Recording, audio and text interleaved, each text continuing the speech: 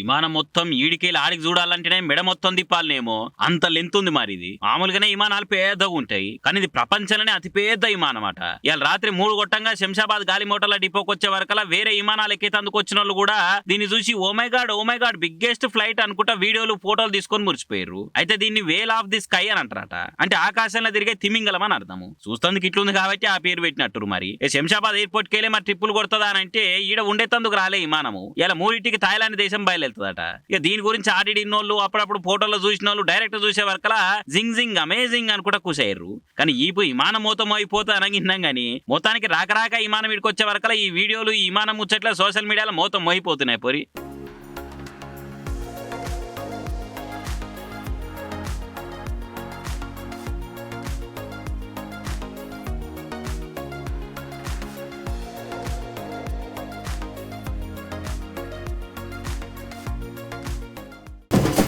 గులాబీ boss KCR మళ్ళోసారి public లకు పోతందుకు తయారైతుండట.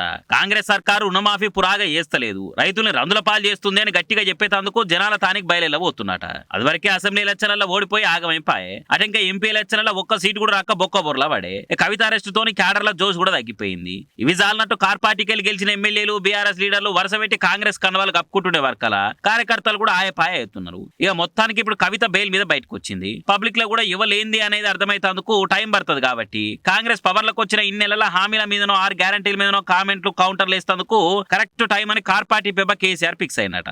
అసెంబ్లీలో కూడా హరీష్ రావు కేటీఆర్ బానే తనలాడి అధికార పార్టీని అరుచుకునేందుకు చూసిర్రు. అయినా కానీ గ్రౌండ్ లెవెల్ గట్టిగానే పనితనం చూపేవలసి ఉన్నది. అందుకే ఎంపీ ఎలక్షన్లప్పుడు ప్రచారం చేసి జిల్లాలన్నీ తిరిగిన కేసీఆర్ ఇప్పుడు కూడా మళ్ళోసారి రుణమాఫీ ముచ్చట ముంగటేసుకొని కార్ పార్టీ జోరు పెంచాలని క్యాడర్ల ఉచారు పెంచాలని చూస్తున్నట. జల్దీనే టూర్ షెడ్యూల్ మీద కూడా పురాగా క్లారిటీ వస్తుందని గులాబీ పార్టీ లీడర్ల గుసగుసలు నడుస్తున్నాయట. చూడాలి మరి కవిత బెయిల్ మీద రిలీజు, ఇంకో దిక్కు కేసీఆర్ టూరుతోని బీఆర్ఎస్ లో ఎటువంటి మార్పులు వస్తాయో ఏం కథనో.